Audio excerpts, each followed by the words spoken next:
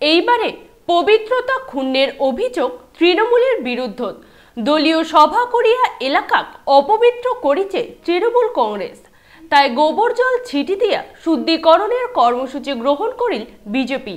তৃণমূলের কর্মী সভার জেরে অপবিত্র শালবাড়ি। শুক্রবার গোবর জল ছিটি দিয়া সভার সেই জায়গা শুদ্ধিকরণত নামিল বিজেপি। তুফানগঞ্জ ২ নং ব্লকের শালবাড়ি ১ নং গ্রাম পঞ্চায়েতের শালবাড়ি হাই স্কুলের মাঠত হয়েছে এই শুদ্ধিকরণ কর্মসূচি। এই কর্মসূচি ঘিরিয়া ঘাসফুল আর পদ্ম শিবিরের মধ্যে তরজা শুরু হয়েছে। বৃহস্পতিবার জেলা তৃণমূল কংগ্রেসের ডাকে স্থানীয় গ্রাম পঞ্চায়েতের শালবাড়ি হাই স্কুলের মাঠত তৃণমূল বিধানসভা ভিত্তিক কর্মী সভা অনুষ্ঠিত হয়েছে। সেই সভামঞ্চত উপস্থিত ছিলেন জেলার মেলা নেতা নেত্রী।